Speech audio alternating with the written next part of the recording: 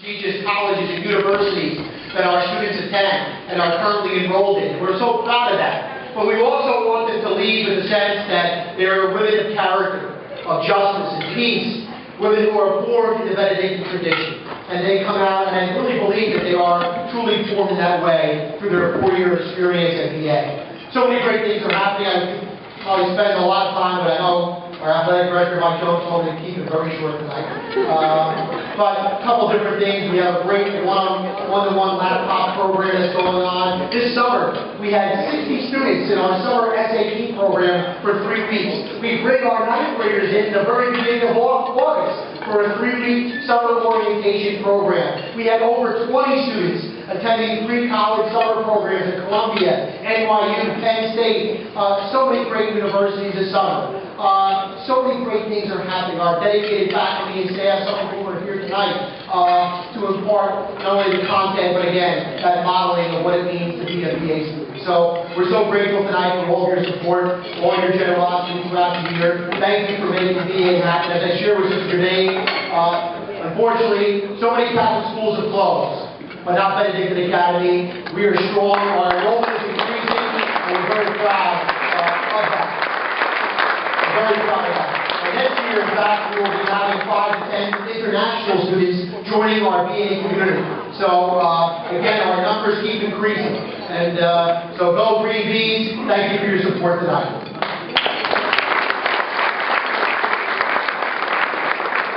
At this time, I would ask that our presenters of Dr. Beverly Harrison please come forward. Ed Eager and his daughter Nicole and Hillary Abramovich.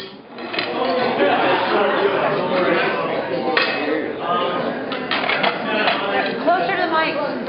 I was honored to be a stage for tonight. I've only known Beverly for 3 or 4 years, and what she has done for my daughter. Can't hear you. Unbelievable. Pick up the mic, man. I want them to hear this. A little story that she probably doesn't even know is that 4 years ago, before we found this program, Greater Girls Golf, Nicole was ready to give up golf. Okay? There was no girls in any of the programs she was in. We searched around, and we finally found the program, Greater Girls Golf with Beverly. And from then, you know, this year she's playing on the PGA Junior Tour because of this. She's just unbelievable the things that have happened since, you know, Beverly has really taken her under her wings. So, now I'm going to introduce my daughter, Nicole.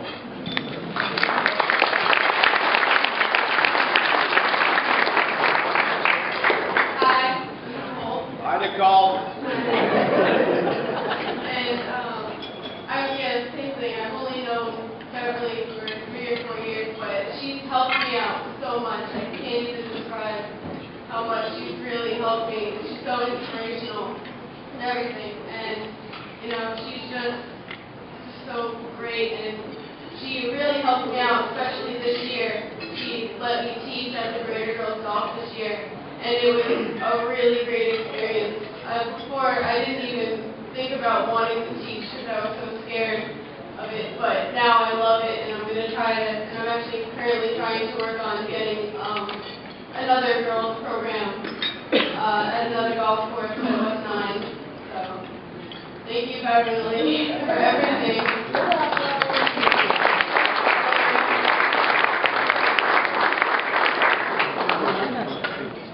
Before I start my speech, I'm going to say one thing.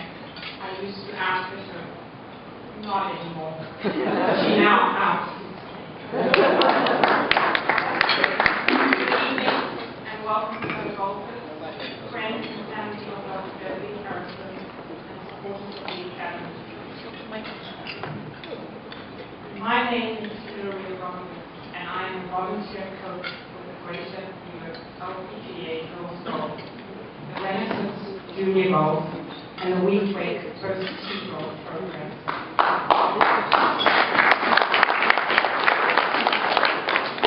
My involvement with junior golf began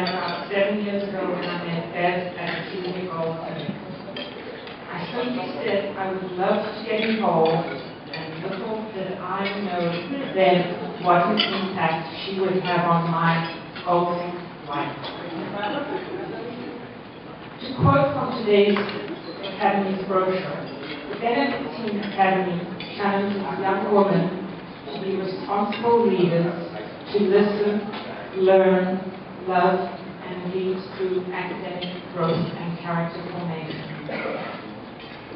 Well, you certainly have chosen an incredible woman to honor, because Beverly is all these qualities and more. Strong, passionate, generous are some extras I would add to your list. A little about Beverly. Beverly retired in 2010 from a 36-year career with the State University of New York, where she worked with 3 university presidents, serving as a Vice President of Human Resources and Labor Relations, Counsel to the President for Equal Employment. So we know she was very involved in academia and has always fought hard for equality. Now, we also know that she was, and still is, an avid and passionate golfer. Some years ago, she was the president of the Ladies Drivers Golf Club of New York, New Jersey. Now, if I'm correct, some of those ladies are here tonight. Thank you for coming. Stand up, my birthday queer, stand up.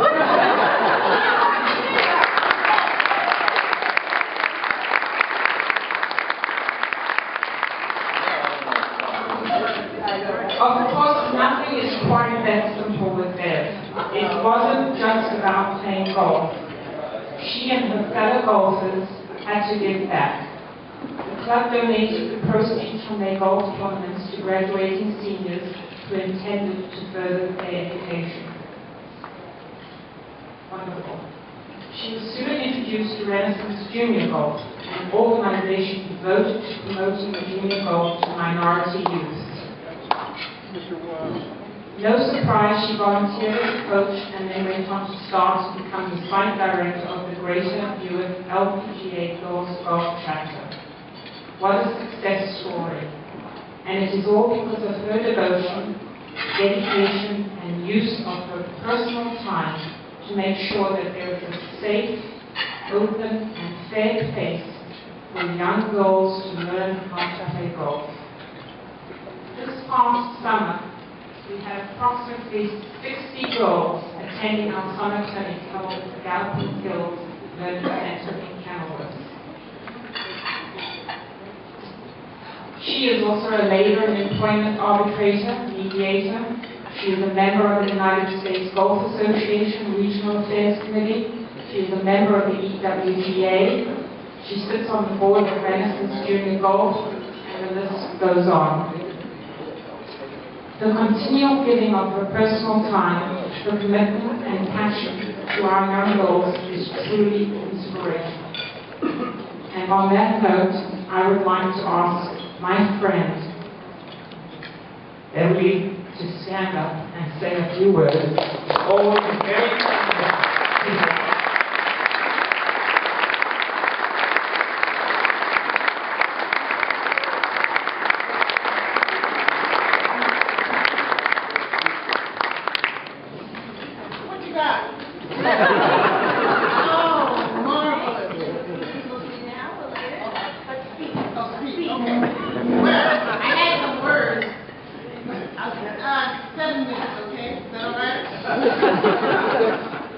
I'm just very happy to be here above ground where I can see my friends, family, and supporters together.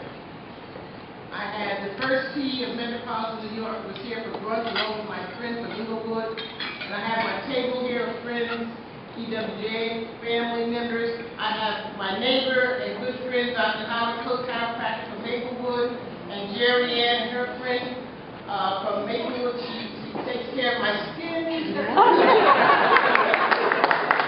me medication. I'm just happy to have us all here together. Okay, I want to tell you a little bit about me. Who is this Beverly? Well, I grew up in a little town called Port Chester, New York. is nearby by Playland. From my brother's bedroom window, I could see Westchester Country Club grounds. But I was never interested in golf because my father was a bowler. So I was a bowler, and I was a softball player. And I bowled and played softball from high school to college, and going on to University of Illinois Law School. Right on through, I was a bowler and a softball player. When I was in school, golf, we had a core curriculum. 4 English, 4 history, 4 PE. So I took golf as one of my requirements. And I kind of liked it. But when I was, and many of you too, because I see you of my age, when I was watching golf, well, but now they pump with this and they make the noise, but I really enjoyed it. And I continued right on through law school. And then I came back to New York. I started dating a guy who was in what they call the inner circle. And the inner circle consisted of Golfers Association of Shinnecock, Baychester guys in the Bronx, and several other women and female clubs that were all minority black clubs. Dufferettes, Duffers from here, from the New Jersey area. And I would go out to the Midwestern District, which is a series of remnants of the old Negro Golf League. And these clubs were very prolific in the Midwestern area. And I would travel to Detroit, to Chicago, to all of their events. And I really liked it. And they had golf. They had three-day golf tournaments. So I said, we should have a club here. We should have a ladies' club. And that's when we formed the Lady Drivers. And we gave tournaments, the Atlantic City Classic, 3-day tournaments. We gave 1-day tournaments at Bunker Hill. And as Hillary told you, where did you find that out, Hillary? We donated our funds to young people who were, expanding their education past high school. And then Renaissance Youth Golf was made known to us. And we decided, we'll give our money to them. I began as a volunteer coach with them. And then one day, Alberta was playing to avid tennis player, excellent tennis player, was playing with Lauren Bradwell's parents. And where were you, in Harlem? Somewhere. In New Jersey, I think. In New Jersey somewhere. They live out in Baxter Ridge. Yeah. And Lauren was one of our young people, very good golfer. She wanted to be the president of the girls golf team at Rutgers. And Lauren said, oh yes, she's the only lady out there. And that's how I got hooked. And so Renaissance has been, in 1994, Renaissance was recognized by the USGA. They received a grant, $50,000 grant to build a pitch and putt here in New York, but they knew it wouldn't give up the property. So it's through Renaissance that I was put on the USGA Regional Affairs Committee. And the men were running Renaissance. They said, Beverly, there's something called 2005, something called Girls Golf. Why don't you look into it? And that's how it all started. Mr. Fry. Huh? Walter Fry. Yeah, I'm going to mention Walter. You all You're not mentioning him yet. Give me a chance. He had his spies in. He might have had We'll talk about it was through Walter and Ginger. I didn't think of Ginger's last name, and not Pollock, but I became really involved. He was supportive of Renaissance. And the first female president of the USGA. And that's how it all began. But Lauren hooked me by saying, well, she's the only female out there. Well, then I joined the EWGA, and Fran is here. We play golf together. It's a wonderful organization for girls for women to join and become members and enjoy themselves. So now, a lot of what I was going to say, Henry already told you. Let me tell you a little bit about the Girls Golf program. The challenge is to get more assistance, but the program has grown, so this is our 9th year, and I'm very, very pleased with the program. It's a beginner's program. We teach girls the skills and to have fun. And you've got to start the girls young. We're going to bring a program to the academy, but you got to get them in, and you got to hook them before they get interested in the boys. If you don't, you're lost. I'm serious.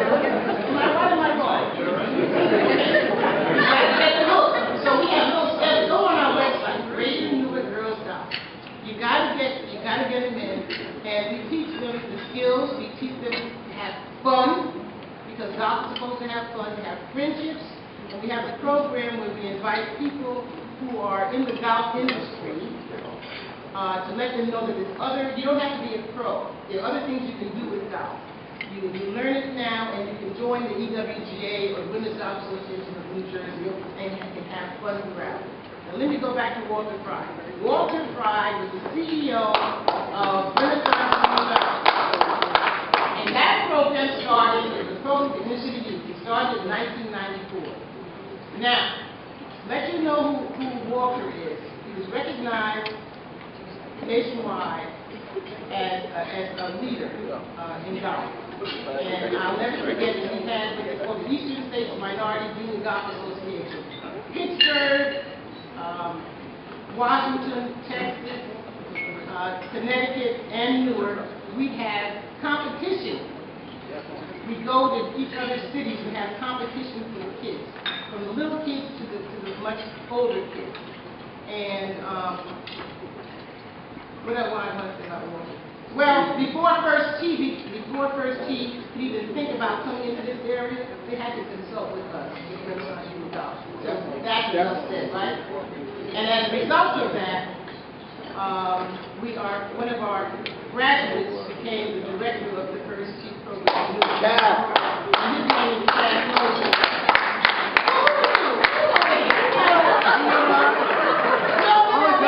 My name is Chad Bell. I'm from Epstein Harbor in Orange, New Jersey. When Chad was 16 years old, I was playing an outing at Renaissance Golf. The whole outing, I'm thinking this noogies. Noogies. I said, tuck your shirt in. What book are you reading? And you talk to Chad today, he'll tell you when he was 16 years old, was that outing. Forget about the outings today. The most memorable outings that you have is when you're a businessman, you spend an afternoon with a child, and you educate them. And the thing about golf, today we played, we laughed, we had fun. I tell everyone, you know someone's character. Character is what you do, you know what's watching you. Years ago, Thomas Friedman wrote an article. Thomas Friedman was a famous New York Times article. He talks about golf. Golf's the only sport where you regulate yourself. No, don't bring up the mic, please. No.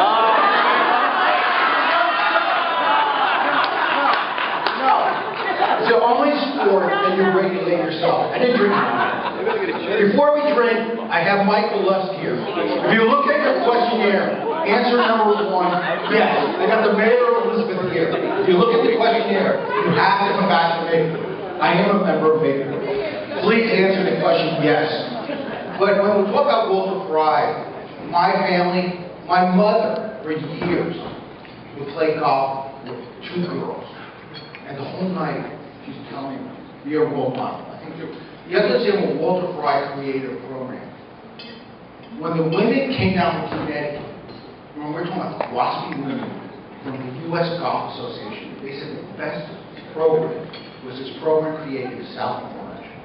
When Walter Fry came in, they trained these women.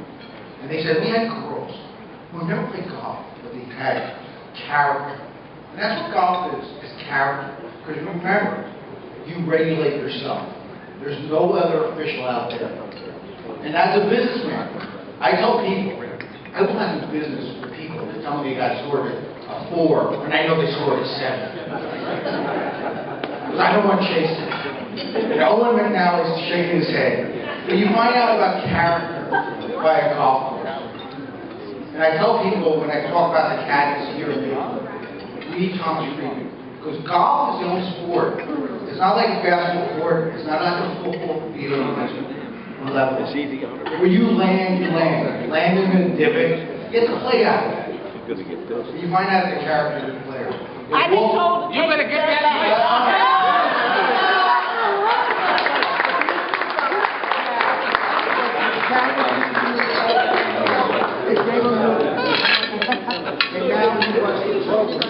And every time you see it, it says thank you for spending the time. You're not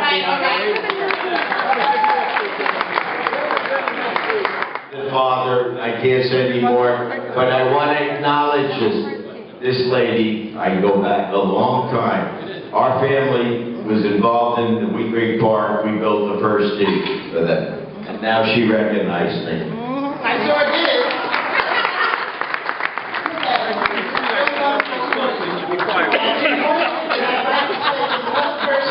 I just spoil my children.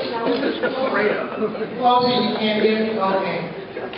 When you, as all of you know, when you are part of an organization or head of an organization, you need someone who you can talk to, someone who you can bounce things off of, and someone who can really help you. Now, the one person who was very technical, did a lot of administrative stuff, left me and moved to Myrtle Beach, South Carolina. Oh my God, she left me in July.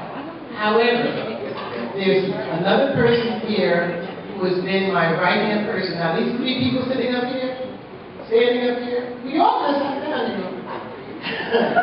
Hillary is my right-hand person. She's such a dedicated person with the kids. Ed is the best father I've ever seen. And I need parents who don't take their babysitting service. Denise, come on up here, girl. Come on, Denise. Denise Holloway is a physical therapist in this area, and she is my right-hand person for boundaries, because I don't have kids. And I don't really know what they like, little prizes and things or whatever, and Denise is right in there with me helping me. Smile. You want to say anything? I'd just like to mention one more thing about Renaissance. My son participated in Renaissance from the age of 6 until 10th grade. And I just want to let you know that the Renaissance program, as well as the Girls Golf program, is more than learning the skill of golf. Yes, it does develop character, but we've always stressed education. And all of us who are part of Renaissance are very proud of our graduates. We have students who graduated from Harvard, University of Pennsylvania, Oregon, South graduated a couple years, Yale, Cornell, many of the top schools. And I want to thank Beverly, and Walter's not here, for giving my son the opportunity to learn the game of golf as well. So I believe that's about, have I mentioned anything left out? 7 minutes. Oh, 7 minutes, forget it. He took up 7 minutes. I think I covered it all. And I just want to thank you. It was one Wednesday, I lost my keys in the back of the car. Getting out of the car, I couldn't find my keys. Well, this is me. I had 1,000 things going on. And they said, someone is looking for you. I said, well, I got to find my keys. I won't be able to leave here. Well, someone is looking for you. And Governor Greeley, whose daughter is in our program, came and climbed up in the back of my truck and found my keys. And then I said, who's looking for me? And this woman over here named Linda. Linda, what's your last name? Farrell. Linda Farrell from the Academy. And that's when she said, we want to honor you. And I said, oh, wow, that's wonderful. So,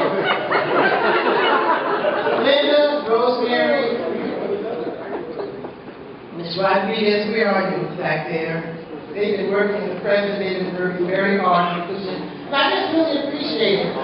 It's wonderful to be honored. It's wonderful to be recognized. I love what I do with girls. It's challenging at times, but it's a wonderful thing. And I thank you very much.